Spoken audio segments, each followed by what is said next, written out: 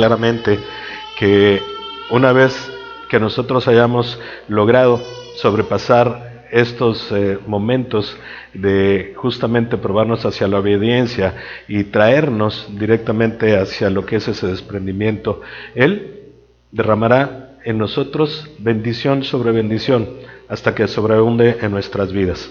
Así que oremos por nuestros diezmos y nuestras ofrendas, por favor. Señor mi Dios, antes que nada te queremos dar muchísimas gracias porque sabemos que tú eres el dador de todo en nuestras vidas. Eres el dador a través de tu aliento, justamente de esto que hoy podemos disfrutar que se llama vida, Señor. Pero también de ti viene todo lo que tenemos y poseemos.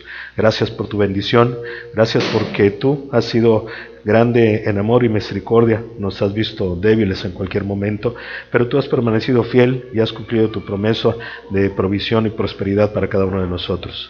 Te pedimos, Señor, que en este momento nos des justamente ese corazón dispuesto, un corazón que sea obediente a tu palabra, Señor, pero sobre todo que en este desprendimiento aprendamos a lo que es el gozo y la satisfacción, el agrado que tenemos todos de participar en tu obra, Señor, y de ver que tu palabra sea predicada y prosperada.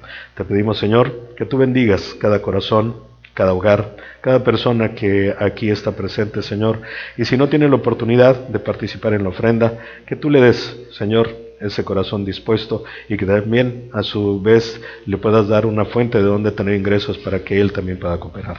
Gracias te damos, Señor, en el nombre de Jesús. Amén. Y mientras se recogen los diezmos y las ofrendas, quiero recordar lo que hemos estado platicando en las últimas semanas acerca de lo que significa la intercesión. Una de las más grandes y poderosas armas que tiene una iglesia y las personas es justamente el hecho de que podamos nosotros interceder en oración por los demás. Esa es una de las maneras más poderosas en las cuales podemos ayudar a todos y cada uno de las personas que están a nuestro alrededor y también a nuestras familias y los que están cercanos y con gran necesidad. Yo quiero recordarles, por favor, que hay motivos de oración, que hay también una pequeña urna por ahí atrás donde les pedimos que si tienen alguna petición la escriban, la pongan ahí para que el grupo de personas que están orando continuo por estas necesidades o puedan hacer con gran libertad y con gozo también, pero para eso pues tenemos que saber qué es lo que se requiere.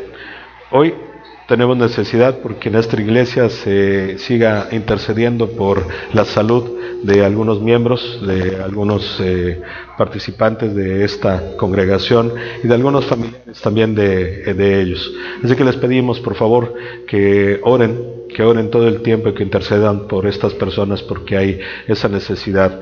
Y también hay una promesa del Señor que nunca nuestra oración regresará sin fruto. Él siempre nos escucha y hay una doble bendición en medio de la oración. Bendecimos por quien pedimos, pero también nos bendecimos a nosotros mismos. Así que hagámoslo constantemente para que no tengamos tropiezo en nuestras vidas. Pues bien, vamos a comenzar con nuestro estudio. Hoy los jóvenes se quedan aquí, los niños sí se van por ahí a sus clases con sus maestras y vamos a comenzar con el estudio del día de hoy.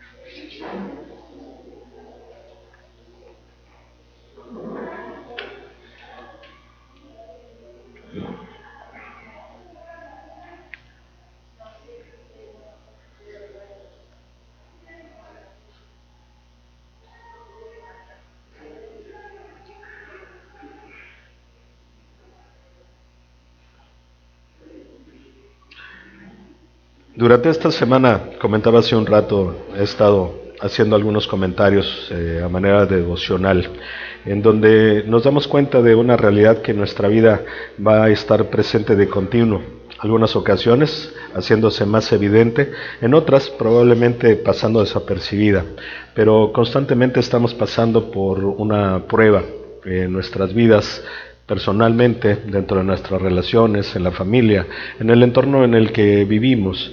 Y me llamó mucho la atención hace algunos años leer un artículo acerca de cierta disciplina en el Japón, donde a las piezas de cerámica, las piezas valiosas, cuando se llegan a romper, pues no se trata de tomar el camino de desecharlas, ni tampoco se trata del camino de tratarlas de restaurar, borrando por completo estas fracturas, estas partes rotas, para que no se note que en algún momento fueron así, maltratadas y quebradas.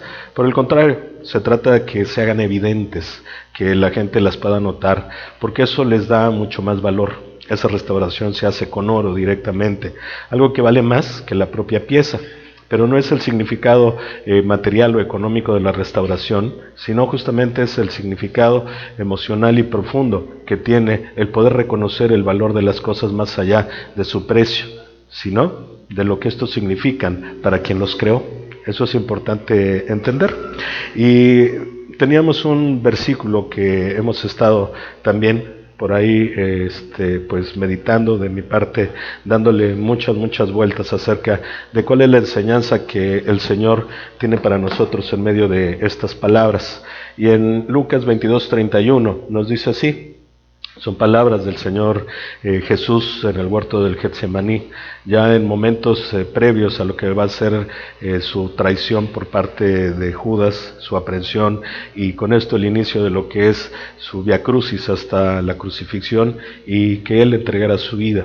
Y dice así, dijo también el Señor: Simón, Simón, he aquí, Satanás os ha pedido para zarandearos como a trigo, pero yo he rogado por ti, que tu fe no falte, y tú, una vez vuelto, confirma a tus hermanos. Repito, palabras de Jesús con esta visión amplia acerca de las cosas, que a Pedro le da una advertencia acerca de lo que va a pasar, de lo que va a pasar en su futuro. Para Pedro, inmediato. Para nosotros, en alguna etapa de nuestra vida, o probablemente en muchas etapas de nuestra vida, se van a presentar esas circunstancias. Jesús sabe que seremos probados, que seremos tropezados, incluso hasta algunas veces seremos quebrados.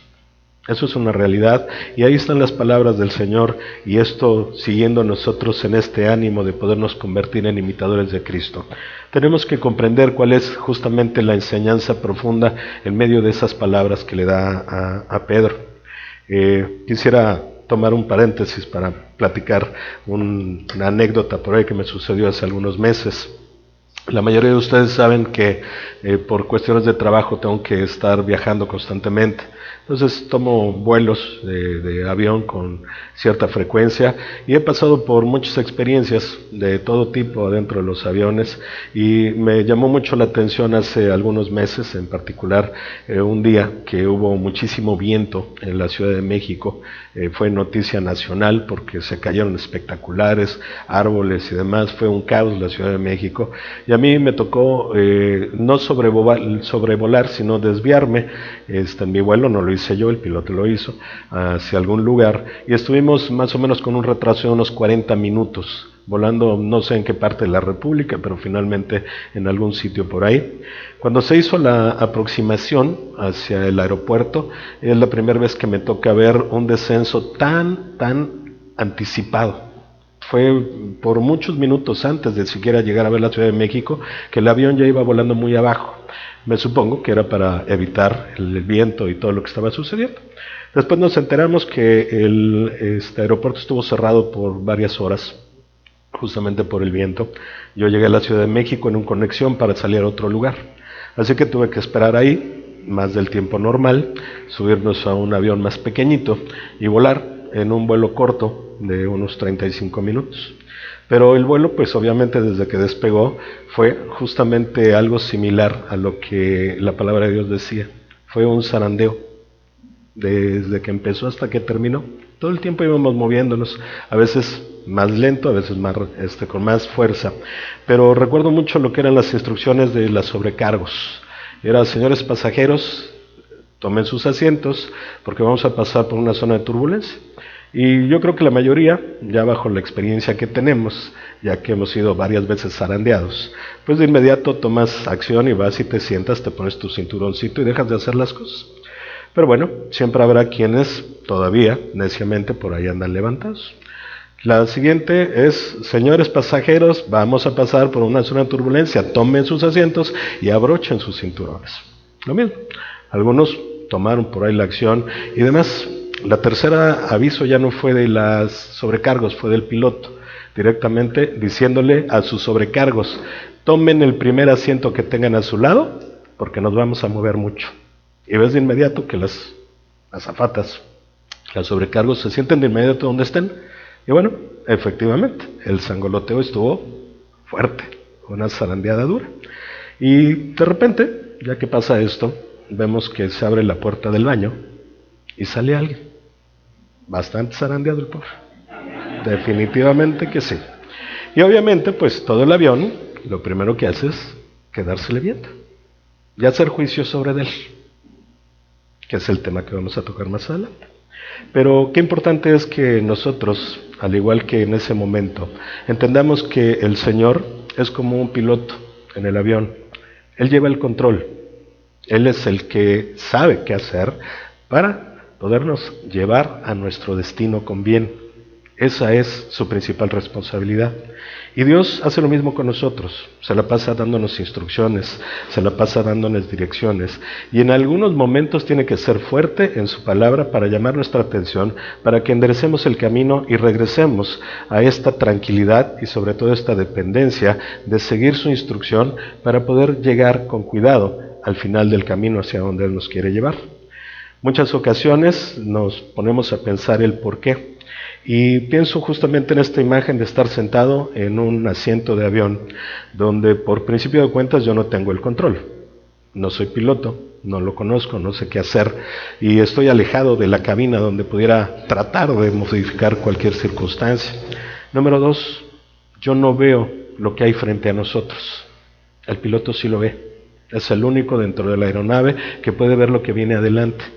Y bajo la responsabilidad de llevarnos hacia un buen sitio, sanos y salvos, pues evidentemente Él es el que nos da las instrucciones. ¿Y qué es lo que nos toca a nosotros? Simplemente escuchar y obedecer, porque descansamos en la certeza de saber que la principal responsabilidad que tiene enfrente el piloto es llevarnos con seguridad. Pero en muchas ocasiones somos necios, como esa persona que se quedó en el baño cuando ya no debería haberlo hecho. Y salimos lastimados, zarandeados. La palabra de Dios dice claramente: Simón, Simón, hablándole a Pedro, el enemigo ha pedido tu alma para ser zarandeada. Y no te preocupes, porque yo ya rogué por ti. Yo ya sé hacia dónde vas. Confía en mí. Yo sé el camino que se va a tener que ir siguiendo en medio de todo esto, y sé que vas a estar quebrado en algún momento, y sé que vas a necesitar ser restaurado por mí. Pero te digo claramente también que al final del camino, dice el versículo, y una vez vuelto, Simón, después de tu zarandeo, después de tu momento difícil y demás, una vez que hayas vuelto, una vez que hayas sido restaurado, por favor, confirma a tus hermanos. Vemos esta continuación de ese diálogo, ya tiempo después de lo que fue ese momento de el Señor Jesús con Pedro. Pasa todo lo que conocemos en este relato en cuanto al hecho de la muerte del Señor, su resurrección, y llega un momento en el que por tercera ocasión, ya resucitado, antes de subir al cielo con el Padre, se aparece a 7 de sus discípulos, y uno de esos 7 era Pedro, justamente, a quien le había dicho de antemano: vas a ser zarandeado, no te preocupes, yo voy a estar contigo, yo sé lo que va a pasar, yo ya oré por ti, no te van a destruir, vas a ser restaurado. Y una vez que lo hayas hecho, entonces sí, por favor, confirma a tus hermanos, termina con la labor que yo pedí que iniciaras, porque propósito, esa meta yo lo puse en tu vida y en tu corazón. En Juan 21, 6, 17 escuchamos palabras como esas. Jesús preguntándole a Pedro: ¿me amas? Y después de la respuesta de Pedro, el Señor le vuelve a decir, apacienta mis ovejas. Eso es lo que tienes, confirma a tus hermanos. Es lo que yo ya en algún momento de tu vida, hace algunos días apenas, te había advertido que iba a suceder. Podemos leer el pasaje, es en el libro de Juan, en el capítulo 21, porque es interesante entender cómo el Señor Jesús nos da este ejemplo acerca de lo que significa la restauración, cómo quedar nosotros comprometidos a hacer cosas similares a Él. El pasaje es Juan 21, versos del 6 al 17, y lo vamos a leer. Yo lo leo por aquí, y dice, Él, hablando del Señor, Jesús, les dijo, echad la red a la derecha de la barca y hallaréis. Recuerden una posición, hay dos ocasiones en las que hay una pesca milagrosa. La primera es cuando el Señor Jesús llega y les habla por primera vez a los discípulos. Están justamente en el mar de Galilea, después de una noche donde no habían pescado nada.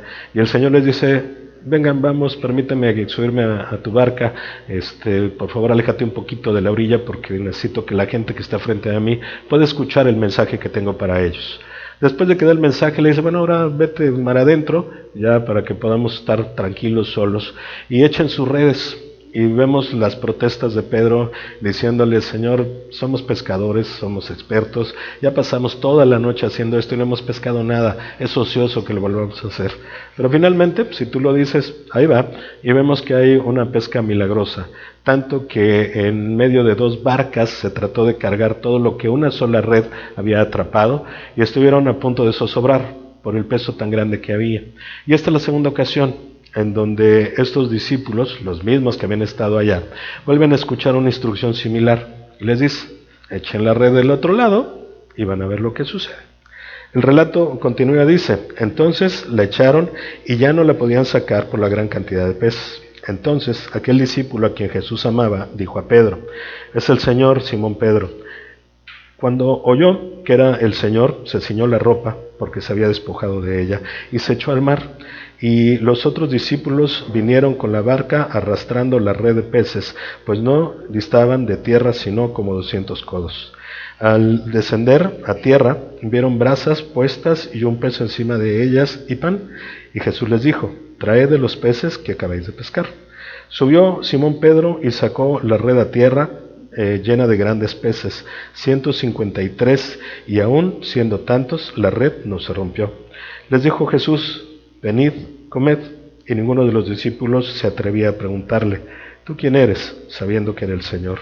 Vino pues Jesús y tomó el pan y les dijo, y asimismo del pescado. Esta era ya la tercera vez que Jesús se manifestaba a sus discípulos, después de haber resucitado de los muertos. Cuando hubieron comido, Jesús dijo a Simón, Pedro, Simón, hijo de Jonás, ¿me amas más que estos? Le respondió, sí, Señor, tú sabes que te amo.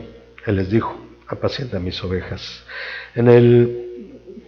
Volvió a decirle la segunda vez, Simón, hijo de Jonás, ¿me amas? Pedro le respondió, sí, Señor, tú sabes que te amo. Le dijo, pastorea mis ovejas. Le dijo la tercera vez, Simón, hijo de Jonás, ¿me amas?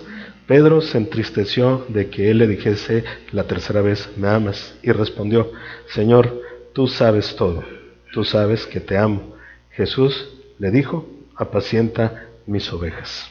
Yo creo que si lo leemos en esta parte de una sola vez, podemos pasar por alto muchísimas circunstancias, pero la realidad es que estaba enfrentando a un Pedro que había caído, un Pedro que estaba totalmente apenado y avergonzado de lo que había hecho, porque después de las palabras iniciales de vas a ser zarandeado, Pedro le dice, no, Señor, yo contigo hasta las últimas, no te preocupes, a la cárcel, a la muerte. Y vemos que incluso dentro de su reacción rápida, saca una espada y hasta le corta una oreja a uno de los guardias que iban a atrapar al Señor Jesús. Pero Jesús sabía perfectamente por lo que iba a pasar, y era un hecho. Antes de que el gallo cantara, Jesús se vio enfrentado a la realidad de poderle demostrar a Pedro que lo que él había dicho iba a suceder. Y Pedro lo negó. Luego 3 veces, incluso la tercera hasta maldijo, no tan solo en este afán de deshacerse de la responsabilidad y salir bien librado de esa circunstancia, sino que todavía recayó más. Después de esto, pues Pedro se sintió, como diríamos aquí en este momento, como chincha, y ya no quiso seguir. Él se separó de sus hermanos, siguió todavía en algunos momentos con ellos, pero al final, después de no encontrar consuelo en su alma, él se fue, y se fue a donde sabía que era su área de confort, a pescar. Y el Señor va a buscarlo hasta allá, va a buscarlo, y en ese sentimiento de Pedro de no ser digno, hizo algo que yo creo que ninguno de nosotros haríamos, o al menos yo no haría. Dice la palabra que se ciñó sus ropas, porque él se había despojado de ellas. Él ya se había quitado la ropa, y para meterse al mar, para meterse a nadar, a ir hacia la presencia de Jesús, se puso sus ropas otra vez. Yo creo que esto lo haríamos al revés. Yo creo que me quitaría la ropa porque me voy a mojar y trato de llegar de una manera distinta. Pero Pedro se sentía realmente mal, se sentía quebrado, se sentía roto. Y el Señor, ¿cuál fue la gran enseñanza que nos da a cada uno de nosotros? Él, cuando llega Pedro y los discípulos, lo que encuentran es alimento, antes que cualquier otra cosa. Ahí está. Descansa, tranquilízate, sécate, come. Y no hubo ningún reproche, no hubo ningún señalamiento, no hubo ya ves, te lo había dicho, tú ibas a caer, de ninguna manera. Lo único que hubo fue una pregunta sincera. Simón, ¿me amas? Y hasta que no hubo ese quebrantamiento, decirle en la tercera ocasión, sí Señor, tú sabes todo, ¿sabes que te amo? Entonces lo confirma y le dice, apacienta mis ovejas. No fue quitado de su ministerio, no fue desechado, no fue como en algún momento podríamos pensar como esa persona que salió del baño después de la turbulencia fuerte y zarandeado, no fue señalado por todos y mucho menos por el Señor Jesús. Él lo cobijó, lo restauró y lo mandó nuevamente a su ministerio. Ese es el ejemplo que el Señor tiene hoy para nosotros. Pero también en las palabras de Pablo podemos encontrar que nosotros somos justamente llamados hacia el camino de la restauración y somos actores en medio de ella. La palabra dice así en Gálatas 6 del verso 1 al 5. Hermanos, si alguno fuere sorprendido en alguna falta, vosotros, que sois espirituales, restauradle con espíritu de mansedumbre, considerándote a ti mismo, no sea que tú también seas tentado.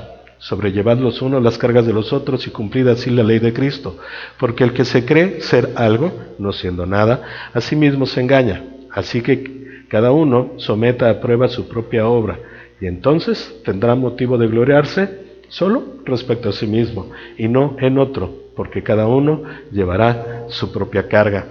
Si nosotros podemos dar seguimiento al ejemplo del Señor Jesucristo en medio de esta circunstancia de la restauración de Pedro y llevamos a nuestro corazón estas palabras, pues no podemos más que reconocer que tenemos esa responsabilidad, hacer un lado el dolor, hacer un lado el enojo, hacer un lado esas compañías tóxicas, como lo comentábamos la semana pasada, que no nos llevan más que a distraernos y a tener que echar al basurero energía, talento, tiempo y otras cosas más, enfocándonos en cuestiones que no convienen. Estamos llamados justamente a restaurar, a ser quienes en grupo podamos ir soportando a quien en algún momento cayó. Yo creo que son palabras importantes que todos nosotros debemos de entender, porque en cualquier momento de nuestras vidas estamos justamente sujetos a que eso suceda. En nuestro día a día somos probados, somos tentados, somos tropezados, y si no somos atentos, pues en algunas ocasiones vamos a caer. Y en muchas ocasiones, a pesar de ser atentos, probablemente también nos vamos a tropezar. Así que esas son las palabras de Pablo a sus oyentes, a la iglesia de Galacia, y en medio de estas circunstancias son palabras para nosotros. Repito, somos llamados a practicar la restauración. Vamos a ir desglosando un poquito este pasaje para entender de qué manera es que nosotros debemos tomar precisamente estas palabras como algo importante de nuestra vida. Si alguno fuere sorprendido en alguna falta, eso es como inicia esta pasaje y vemos significado de la palabra falta. La palabra original se llama paraptoma, que yo creía que había idiomas difíciles, pero creo que el griego se lo lleva por mucho.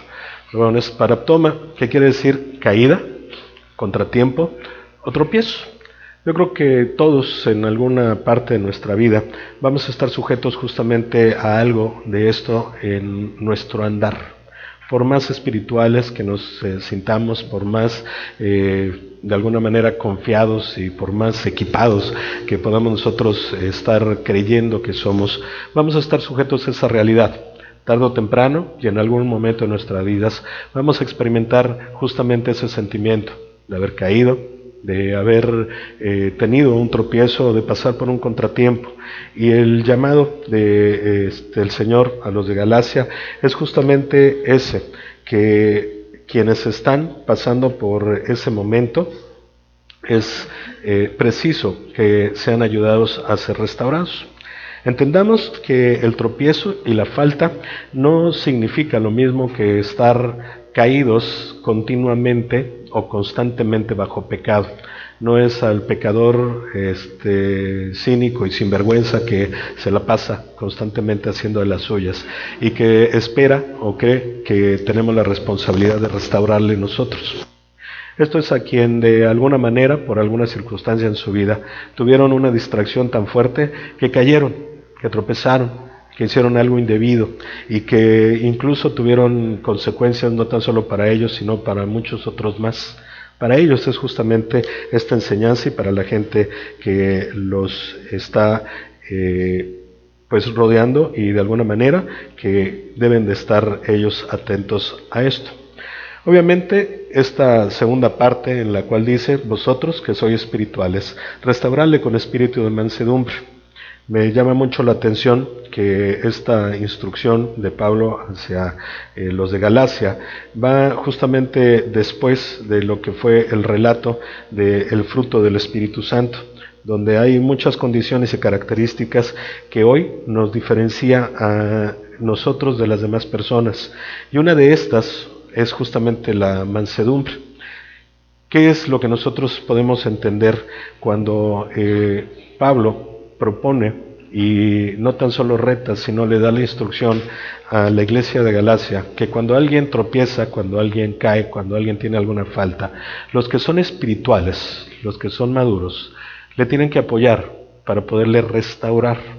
Es una gran oportunidad para que nosotros podamos mostrar justamente esta madurez espiritual, porque como les decía, regresemos a esta imagen de ese vuelo muy sangoloteado, en donde la pobre persona que salió del baño, además de muy golpeada y tremendamente apenada, terminó siendo señalada, porque todo el mundo le dijimos, no se le dijimos verbalmente, pero al menos en mi corazón sí apareció esto de que necio fuiste, ¿no? Veías el vuelo que venía muy movido y todavía no haces caso a las instrucciones y ve, ahí están las consecuencias.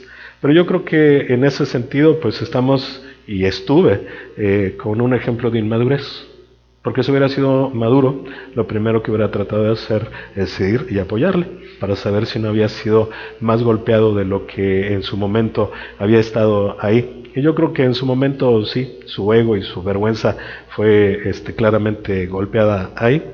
Mansedumbre. Mansedumbre es algo que nos trae a nosotros una condición muy especial y que nos sirve como una gran herramienta que, al igual que la humildad, nos permite ver las cosas con claridad, nos hace que las circunstancias en nuestro corazón y en nuestra vida sean de alguna manera clarificadas y no la pasemos a través de un filtro, de una lente distorsionada, sino que aclaremos justamente nuestro momento real, la condición de nuestro corazón, y podamos salir adelante para ayudar a los otros. Así que nos dice también que estamos llamados a la restauración, a restaurar, y la palabra que está ahí en griego, su traducción literal es el poder componer un hueso roto. Es similar al hecho de una fractura, es justamente hacia lo que se refiere. Y yo me pregunto que, ¿qué hacemos Cuando nosotros vemos a una persona que pasa justamente por una fractura física, cuando nos damos cuenta que se cae y demás, en primera pues yo siento dolor incluso físico con ellos mismos porque es horrible ver una fractura, pero al mismo tiempo estamos movidos justamente a apoyar, a ayudar, a tratar de remendar eso que se rompió, para que con cuidado sane y después de ser sanado vuelva a funcionar correctamente. Esa sería la forma en la que nosotros estamos llamados, como el apóstol Pablo le dijo ahí a sus oyentes. Ustedes, que son maduros, muy espirituales, restaurarle con espíritu de mansedumbre. Considerándote a ti mismo, no sea que tú también seas tentado. Es importante que entendamos que la advertencia era muy puntual en ese momento y oportuna, como lo es hoy. Cuando nosotros nos encontramos enfrente de una circunstancia en la cual nos damos cuenta que alguien cayó y tropezó. Repito, así como este pobre hombre que salió del... Lo que tendríamos que hacer es reflexionar y saber que nosotros no somos inmunes y que a él le pasó esto ahí, en un avión, en un baño. Pero a nosotros nos puede pasar en cualquier circunstancia y lugar de nuestra vida. No somos inmunes a la tentación, no somos inmunes a la caída y al tropiezo. Tenemos que entender entonces que la mansedumbre nos permite darnos cuenta de lo fácil que es caer. Cuando nosotros hacemos a un lado el orgullo, la vanidad, que tanto nos tropieza, entonces sí, podemos tener una lente mucho mejor enfocada acerca de lo que el Señor quiere darnos a entender en nuestra vida. Y en ese momento nos podemos dar cuenta no de la debilidad del otro, sino de la debilidad nuestra, y que podemos en cualquier momento estar sujetos justamente a esa caída y tomar las precauciones para que no sea así nuestra vida. La mansedumbre también nos mantiene alertas y humildes al recordarnos que somos frágiles. Y yo comentaba hace algunos días con alguien del trabajo una fábula del roble y los juncos, y el roble se jactaba de ser el árbol más fuerte en el lugar, robusto, duro, que podía aguantar cualquier cosa que se presentara en medio de todo esto. Y los juncos los conocemos, estas como varitas largas que tienen como una salchicha arriba, que se mueven con el viento. Y en medio de ese movimiento, un día llega un viento fuerte y el roble se jacta de esa fortaleza y critica a los pobres juncos que se están doblando con el viento. El viento arrecia a tal grado que el roble, en medio de toda su fortaleza, es arrancado de raíz completamente. Y los juncos permanecen, porque ellos fueron flexibles, porque ellos se reconocieron débiles y permitieron que la circunstancia pasara para después ser restituidos. La fortaleza es un sinónimo de vanidad cuando nosotros la ponemos en este grado de a mí no me va a pasar. Y por eso es importante que la mansedumbre sea una característica hoy en día de nuestra vida, para que esa humildad producida por la mansedumbre nos permita ver las cosas justamente en la dimensión correcta. Después dice el apóstol Pablo, continuamos, sobrellevad los unos las cargas de los otros y cumplid así la ley de Cristo. Sobrellevad los unos las cargas de los otros. Qué importante es que podamos nosotros entender qué es lo que el Señor estaba inspirando Dios a Pablo para escribir ahí y comentarle a los Gálatas, y qué es lo que nos quiere decir hoy a nosotros. El hecho de sobrellevar es el término también de compartir, de llevar entre varios una sola carga. Y leí un comentario hace algún tiempo que dice así: una carga es solo media carga cuando esta se lleva entre dos personas. Qué importante es entender entonces que una carga grande, una carga pesada, algo que muchas veces nos duele y nos está impidiendo avanzar y que nos está de alguna forma aplastando tremendamente, pues se va a convertir en media carga cuando aprendemos a compartirla con otra. Y también, a su vez, para los que están ahí como espectadores, pues está en el llamado de poder acercarnos para apoyar y poder sobrellevar esas cargas. Pero bien, tenemos que entender también cuáles son las cargas que se pueden compartir. No todas, porque al final en el verso 5 nos dice algo que podría llamar mucho nuestra atención, porque dice, porque cada uno llevará su propia carga. Es una incongruencia de parte de Dios el decirnos que primero sobrellevemos las cargas unos de los otros y después nos dicen que cada quien tiene que llevar su propia carga. No, la realidad es que tenemos que entender que hay dos tipos de cargas a las que se está refiriendo el apóstol aquí y la que Dios nos está poniendo como ejemplo hoy. ¿Qué cargas son las que nosotros sí podemos compartir? La enfermedad, la debilidad, la ignorancia, la presión, la tentación, la aflicción, incluso nuestras fallas personales. Todos tenemos fallas, todos. Y en medio de esto, pues tenemos que entender que esas fallas personales también significan cargas en nuestra vida. Y a eso es a lo que se refería Pablo con la instrucción de sobrellevad los unos las cargas de los otros.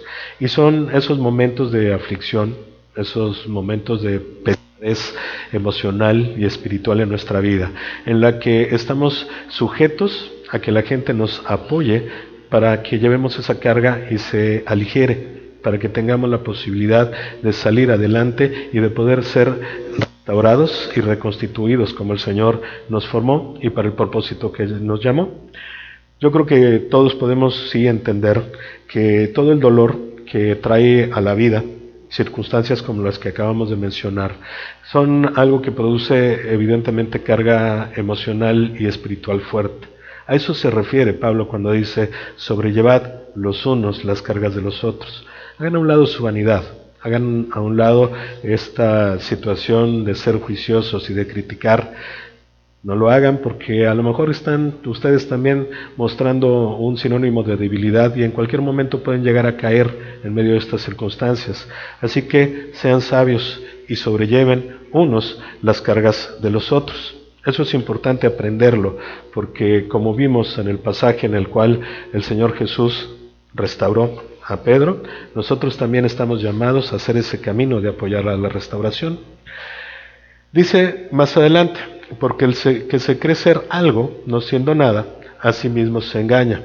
Así que cada uno someta a prueba su propia obra y entonces tendrá motivo de gloriarse, solo respecto de sí mismo y no en otro. La vanidad y el orgullo son dos grandes obstáculos que impiden la restauración. De ida y vuelta, impiden la restauración para quien necesita ser restaurado. Porque en muchas ocasiones el orgullo y la vanidad nos lleva a decir, sí, me tropecé, pero yo salgo solito. ¿Para qué necesito ayuda de nadie? Total, a mí me enseñaron que si yo la hacía, pues yo la tenía que arreglar. Así es como me educaron. Y Dios tiene una idea distinta acerca de esta circunstancia y Él nos aconseja a que lo hagamos de una manera diferente. El orgullo, evidentemente, es algo que pone una barrera total y de repente nos impide a reconocer que otros necesitan ayuda y que nosotros mismos en algún momento podríamos estar en la circunstancia de necesitarla. Y por eso es tan importante que la hagamos a un lado, que la vanidad y el orgullo sean esas barreras ya desechadas de nuestra vida, para que podamos con plenitud ser objetivos y ver exactamente para qué el Señor es que nos está llamando y por qué permite que haya circunstancias en nuestra vida para probarnos, pero sobre todo para fortalecernos, para hacernos cada día mucho más claramente perfeccionados en cuanto a su imagen. Y eso es parte de lo que significa este camino de la prueba. Porque cada uno, dice al final, en el verso 5, llevará su propia carga. ¿Y cuáles son las cargas que no podemos compartir?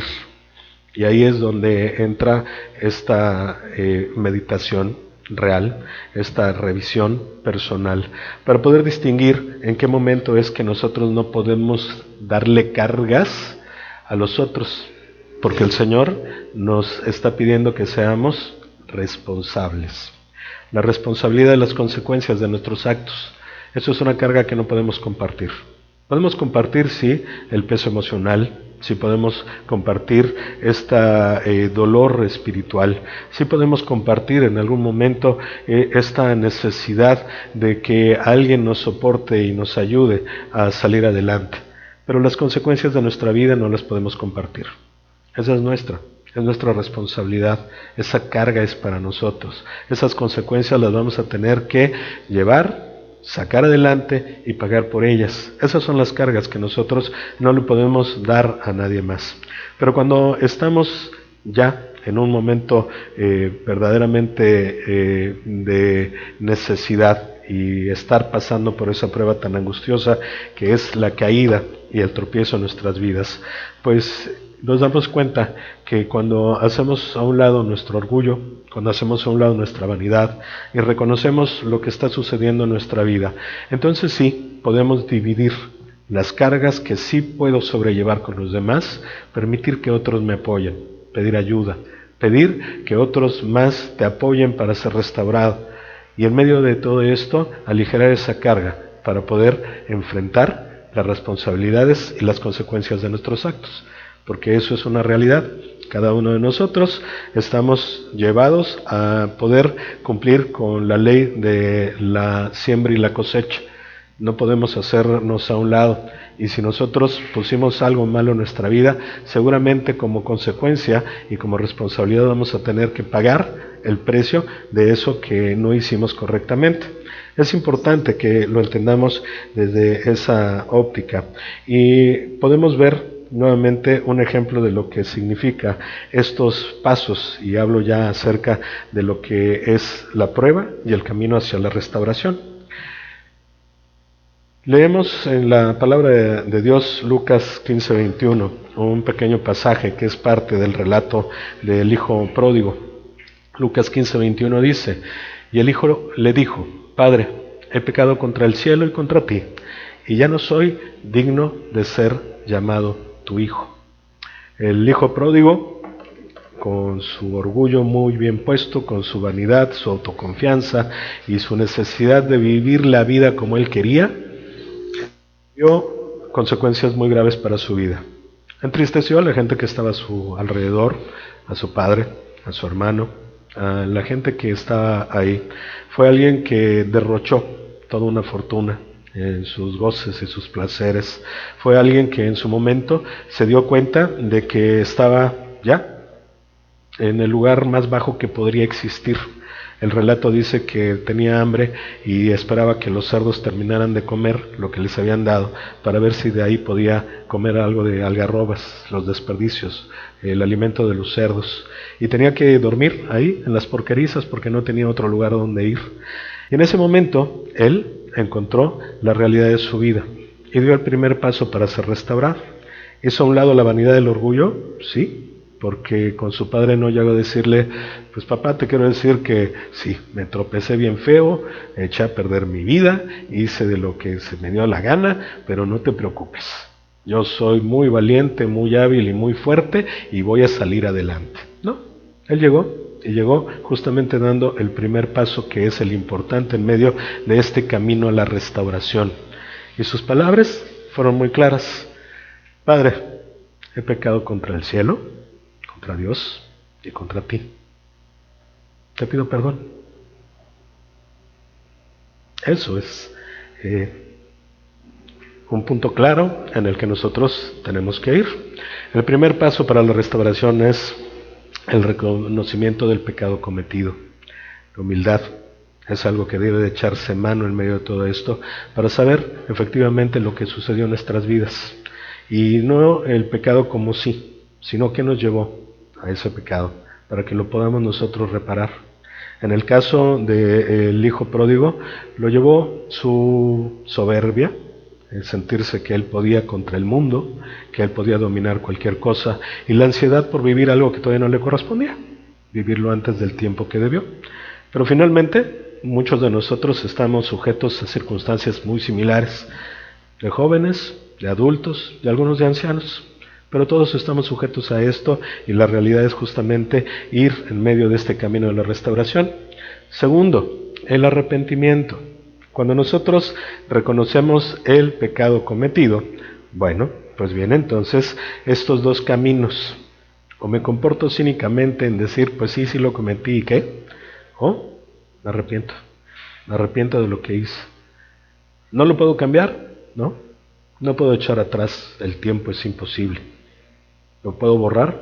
Tampoco. ¿Lo puedo esconder? Probablemente por algún tiempo. Pero al final, la realidad te va a alcanzar. Así que el arrepentimiento es el mejor camino.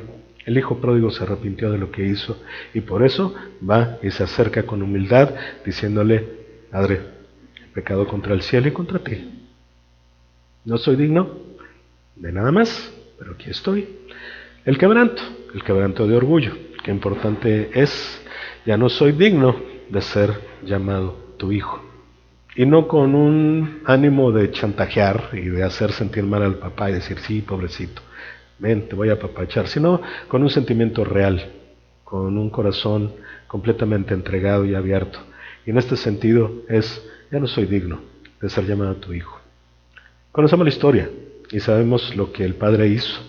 Y antes de cualquier circunstancia es, traigan la mejor ropa, vístanlo. Así, sucio y apestoso como venía, porque venía de vivir en los chiqueros, en las porquerizas. Y él no le dijo primero báñate, a ver qué haces, cómo lo haces, sino directo, vente para acá, te pongo mis ropas, te recibo con los brazos abiertos. Le puso un anillo, el anillo, perdón, de la familia. Y en medio de esta circunstancia vemos cómo las cosas cambian completamente desde la óptica de Dios y no desde la nuestra. Y finalmente, la búsqueda del perdón y de la restauración. Eso es importante, porque qué bueno que reconozcamos nuestra falta y nuestro tropiezo, que nos sintamos con ese arrepentimiento real y nos mostremos quebrantados de orgullo ante el Señor. Pero también es importante que nosotros tenemos que buscar el perdón y la reconciliación y la restauración, porque en medio de la caída, en medio de nuestro tropiezo, regularmente nos llevamos a otras personas entre los pies. Y cuando dañamos el corazón, las emociones, el espíritu de otros, estamos obligados a buscar el perdón de ellos. Sabemos que Dios nos perdona.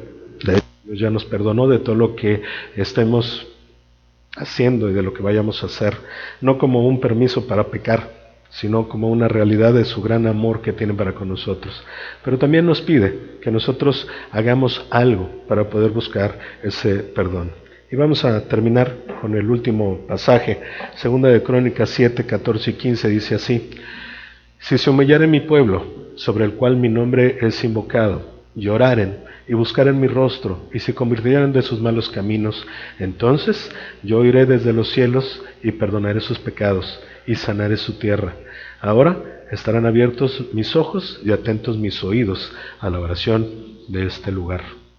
Cuando nosotros no nos arrepentimos, cuando nosotros no buscamos el perdón, cuando nosotros no nos quebrantamos ante el Señor y le buscamos de corazón, su oído está atento a otro lugar, porque Él no quiere escuchar las oraciones de quien no quiere ser reconciliado.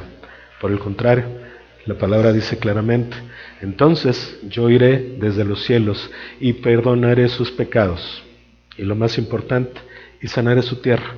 Los voy a restaurar, los voy a fortalecer, los voy a hacer incluso más valiosos que lo que antes eran.